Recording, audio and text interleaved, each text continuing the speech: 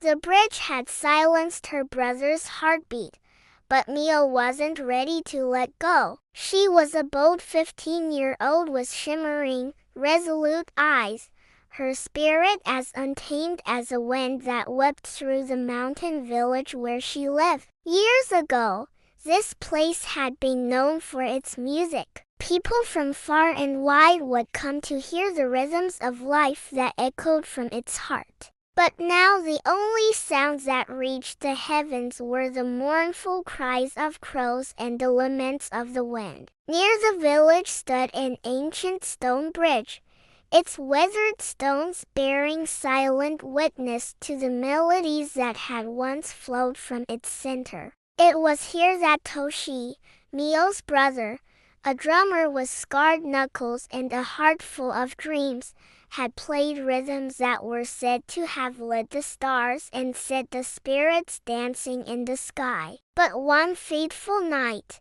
the bridge had darkened, swallowing the light and silencing the music. And when Toshi collapsed, his pulse fading with each labored breath, the villagers shook their heads and whispered that a star spirit, angered by the forgotten music, had come to claim him. Despair threatened to engulf Mio, but she refused to let it extinguish the remaining embers of hope. With a final kiss to her brother's forehead, she set out on a desperate quest to find someone who could save him. Her journey led her to an old, dilapidated house on the outskirts of the village. The windows were dark, lifeless eyes staring blankly ahead, and the silence that emanated from within was as heavy as a shroud. Taking a deep breath, she pushed open the door, stepping inside. In the dimly lit room sat a woman with gnarled fingers and a serene yet sorrowful face. Her cloudy eyes, though dimmed with age, held a depth of emotion that tugged at Mio's heartstrings. As a retired musician, Eiko sipped her tea, her soft sobs echoing in the stillness.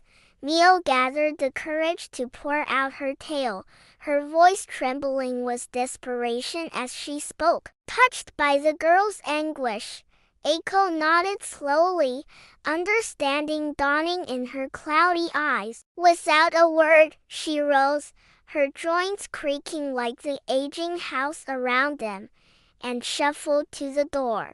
Opening it, she beckoned for Mio to follow. The two of them, a young girl and an old woman, their hearts heavy with shared sorrow, began the long walk to the bridge. As they crossed the threshold into the darkness, Eiko hummed a tune so ancient it seemed to rise from the slumbering earth itself. Each note hung heavy in the air, weaving a melody of longing and loss. Mio's steps faltered, not from fear, but from the weight of the unspoken emotions pressing down on her. She carried Toshi's drum, its surface cold beneath her touch, a stark reminder of the heartbeat that had stilled within. They walked in silence for a while, the only sound the rhythmic slap of their shoes against the worn stones. Finally, they reached the center of the bridge, the spot where music had once soared into the night. With a deep breath,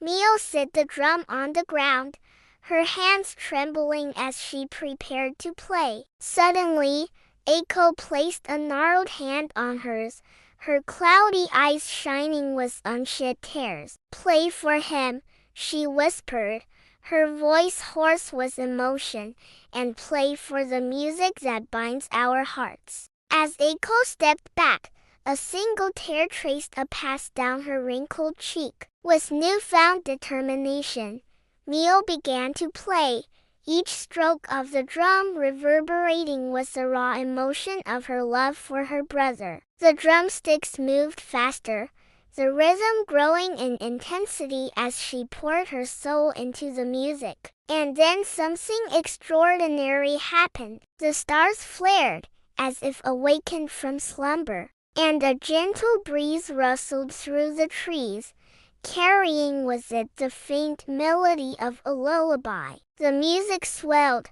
reaching a crescendo as Toshi's heartbeat, faint at first, slowly returned. A weak grin spread across his face, and the light of life returned to his eyes. Overcome with emotion, Mio stopped playing.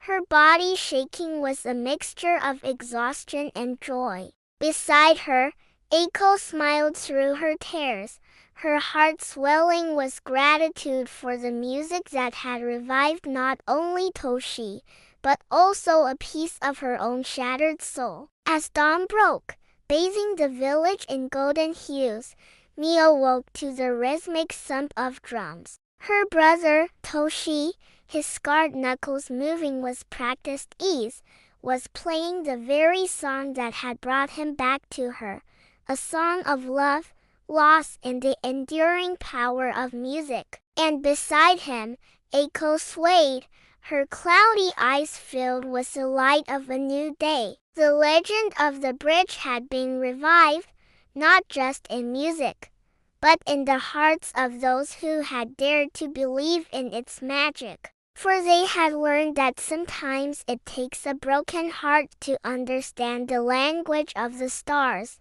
and that love's rhythm can revive even the stillest heart. Hey, if this captivating and emotional tale touched your soul like it did mine, I'd be so grateful if you'd subscribe to join our little family here. Your support keeps these stories alive. And if you have a favorite rhythm or a character that resonated with you, drop a comment below. Let's chat about it. Until next time, take care.